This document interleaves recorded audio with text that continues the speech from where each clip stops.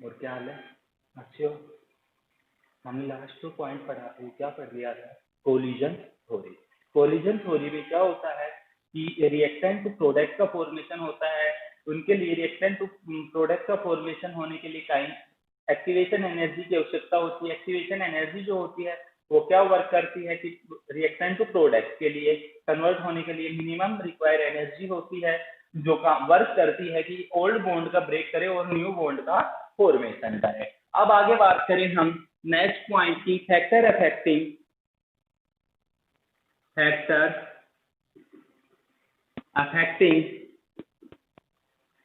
Of reaction.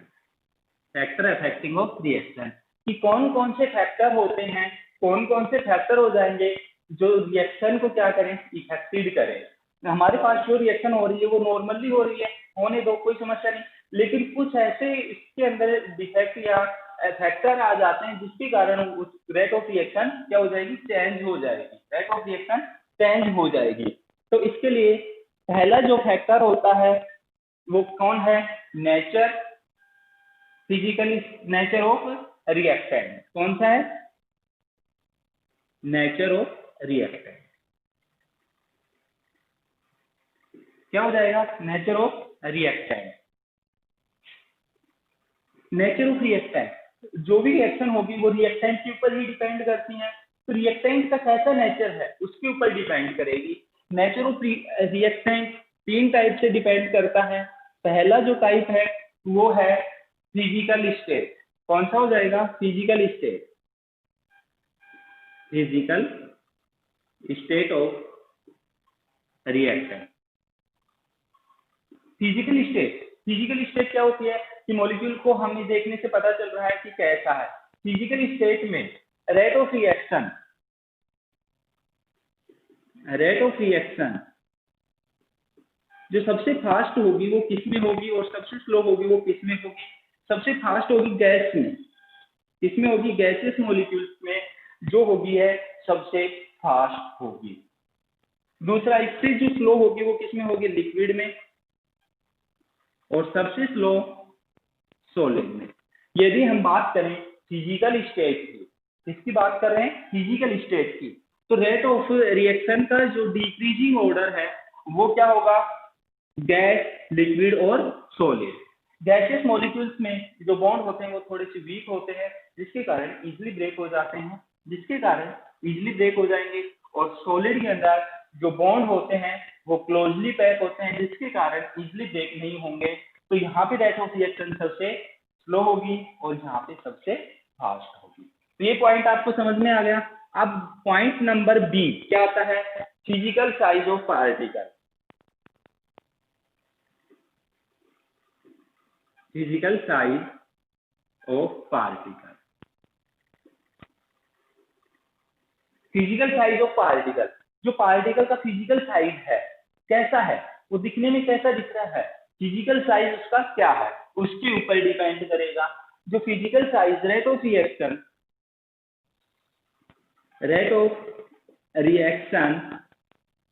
Is directly proportional surface area.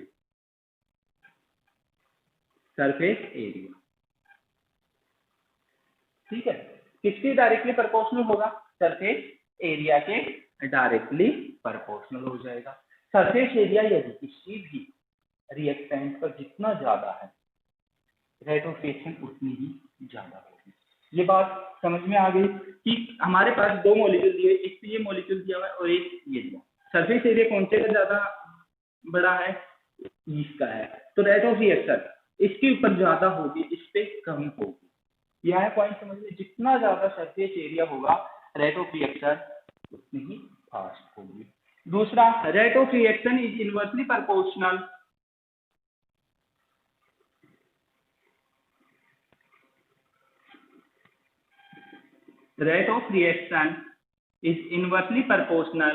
Physical size.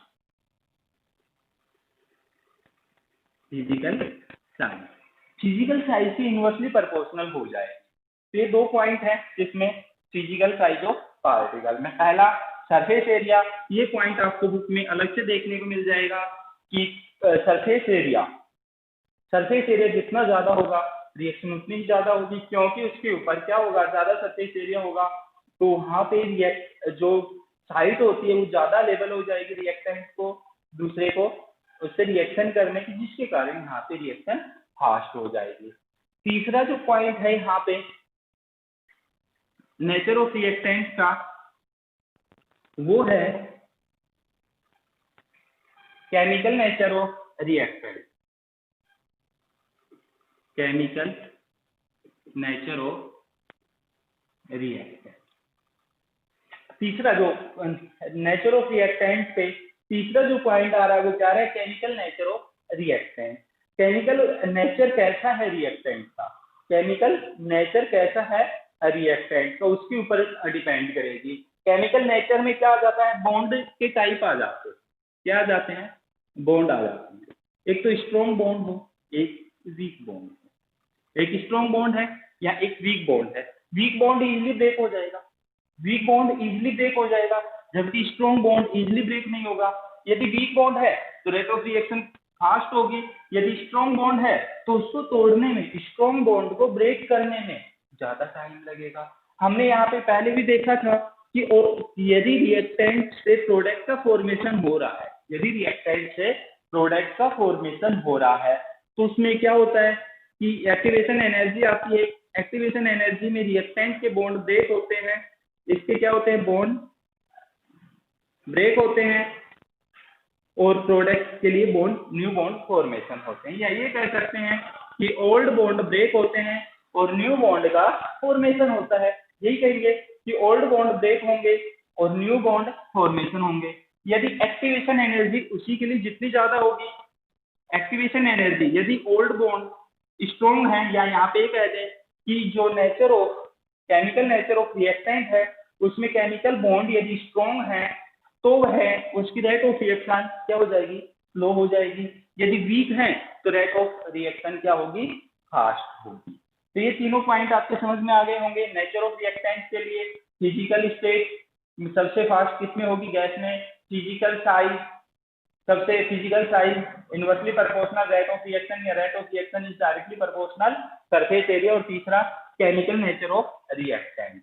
अब इसके बाद नेक्स्ट आता है अगला फैक्टर अफेक्टिंग, जो है concentration of reactant. Concentration of reactant, reactant की जो कंसंट्रेशन होती है उसके ऊपर मोस्टली डिपेंड करती है रेट ऑफ रिएक्शन। हमारे पास कंसंट्रेशन दो टाइप की हो सकती है, एक तो वीक हो जाए, वीक या डाइल्यूट हो जाए, और एक कंसंट्रेटेड सॉल्यूशन हो जाए। एक तो डाइल्यूट सॉल्यूशन और एक कंसंट्रेटेड सॉल्यूशन।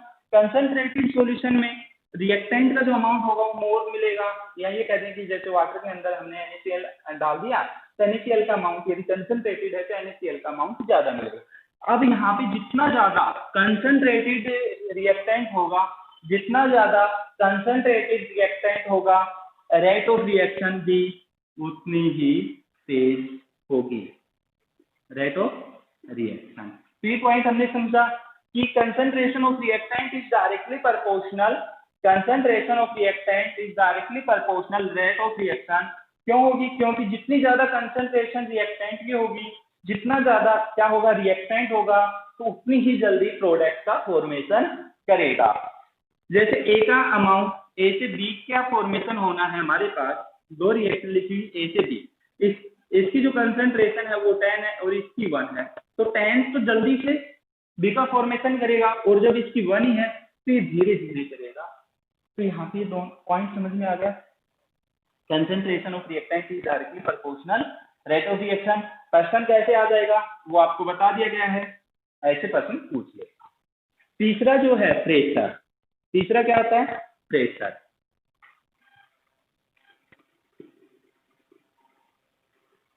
प्रेशर, प्रेशर का जो सबसे ज्यादा इफेक्ट होगा वो गैसेस पर होगा। किस पर होगा, प्रेशर का सबसे ज्यादा इफेक्ट गैस पर होगा।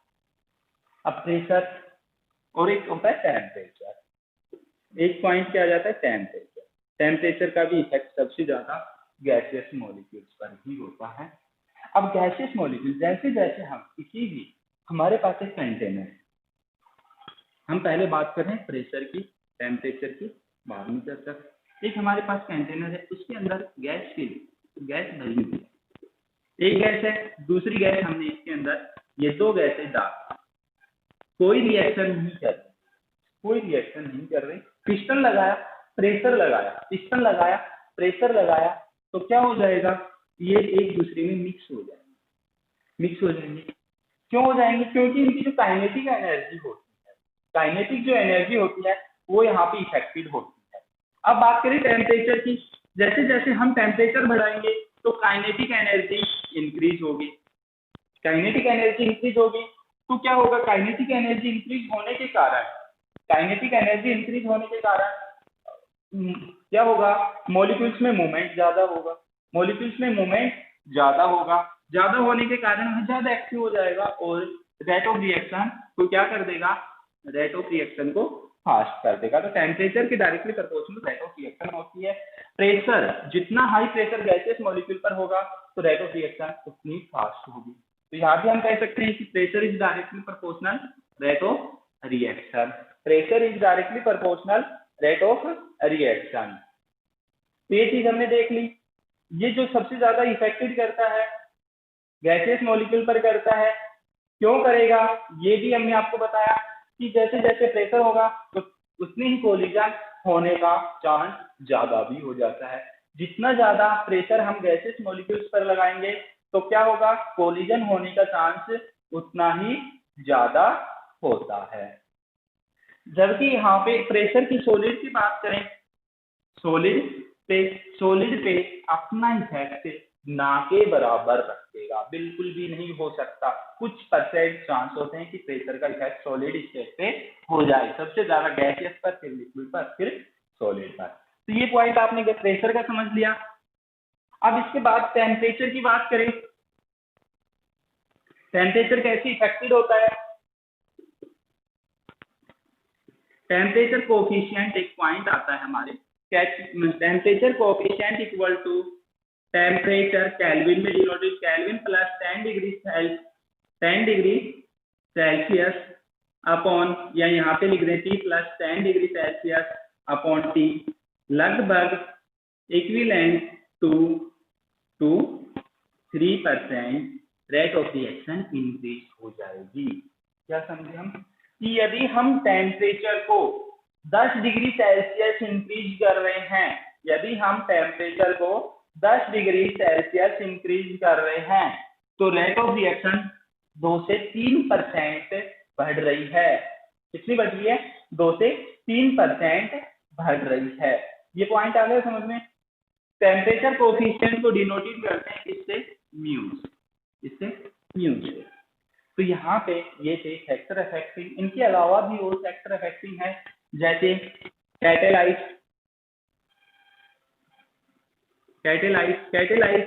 क्या करते हैं, रेट ऑफ रिएक्शन को इंक्रीज भी कर देते हैं, डिक्रीज भी कर देते हैं। क्या कर देते हैं, इंक्रीज भी कर सकते हैं, डिक्रीज भी कर सकते हैं। मोस्टली जो कैटेलाइज होते हैं वो रेट ऑफ रिएक्शन को इंक्रीज ही करते हैं। समझ गए। तो ये थे हमारे पास फैक्टर अफेक्टिंग। इनमें यदि आपको फैक्टर अफेक्टिंग में कोई समस्या हो तो आप कमेंट बॉक्स में कमेंट लिख के पूछ सकते हैं।